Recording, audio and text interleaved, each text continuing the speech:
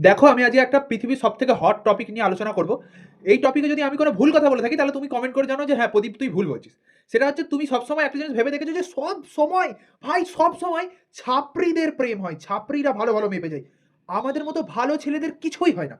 আমাদের মতো ছেলেদের প্রেমই আসে না লাইফে। কেন? কেন? এই কেনটার উত্তর আজকে আমি দেবো। দেখো, ছাপরি ছেলেরা লাইফে কোনোদিনও পড়াশোনা করে না, কিচ্ছু করে না, আওয়ারিগর্দি করে, এই আওয়ারাগর্দি করে, ঘুরে, ঘুরে বেড়ায়, এদিক ওদিক ঘুরে বেড়ায়, মোটরসাইকেল নিয়ে বেড়ায়।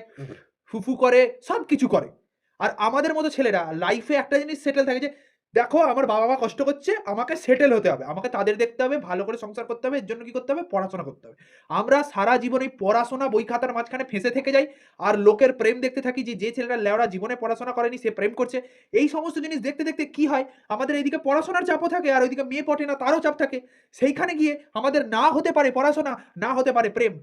যে ছেলেরা মেয়েদের জন্য সময় দেবে তাদের তো ভাই প্রেম হবেই। আর আমাদের যা অবস্থা, সপ্তাহে ৭ দিনে ১৭ খানা পড়া। আমরা যাবো কোথায় ভাই, যাবো কোথায়? প্রেম করতে যে টাইমটা লাগে, প্রেম কোথায়? বাপকে বললে মোটরসাইকেল কিনে দেবে না। এখানে ৳৫০ নেই তেল ভরার। আর ওরা শালা অত, অত ইয়ে করছে। তাহলে ওদের হবে না প্রেম? তুই বল ভাই।